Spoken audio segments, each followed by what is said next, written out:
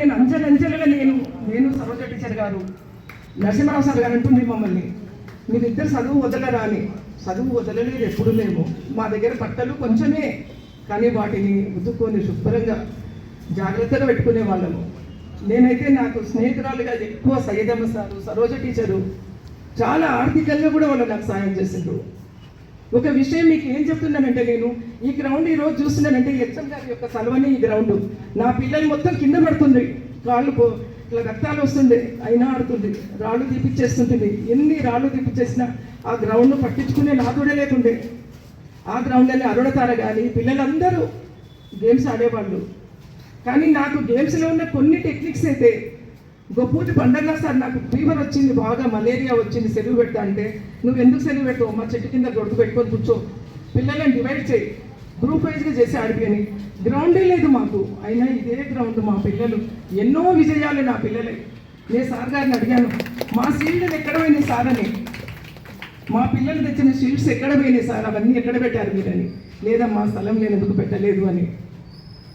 మీరు గృహిణులు అని అనుకోవద్దు, నా భయం అనేది ఉండొద్దు మనసులో. అంచెలంచెలుగా వెళ్ళి నేను ఒకటే ఎయిమ్, నాది ఒకటే లక్ష్యము, జూనియర్ కాలేజీ ఫిజికల్ డైరెక్టర్గా రిటైర్ కావాలి, అంతే.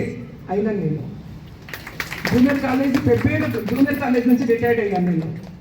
అంటే అంచెలంచెలుగా బిఏ ఎక్స్టర్నల్, ఎంఏ, ఎంపీడ్, హిందీ విద్వాన్, టైపు, లోయరు, హయ్యరు, షార్ట్ హ్యాండ్.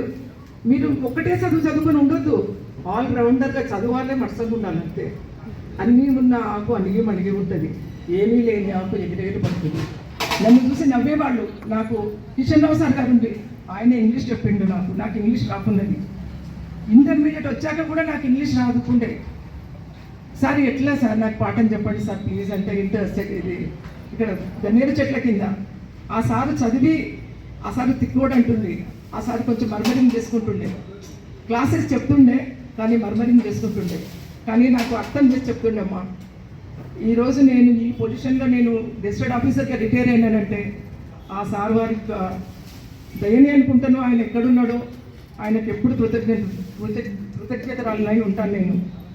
మీరు కూడా ఎప్పుడు మీ పిల్లల్ని మేము హౌస్ వైఫ్ అనుకోవద్దు, ఉద్యోగం చేసేవాళ్ళు ఇక్కడికే స్టాప్ అని అనుకోవద్దమ్మా.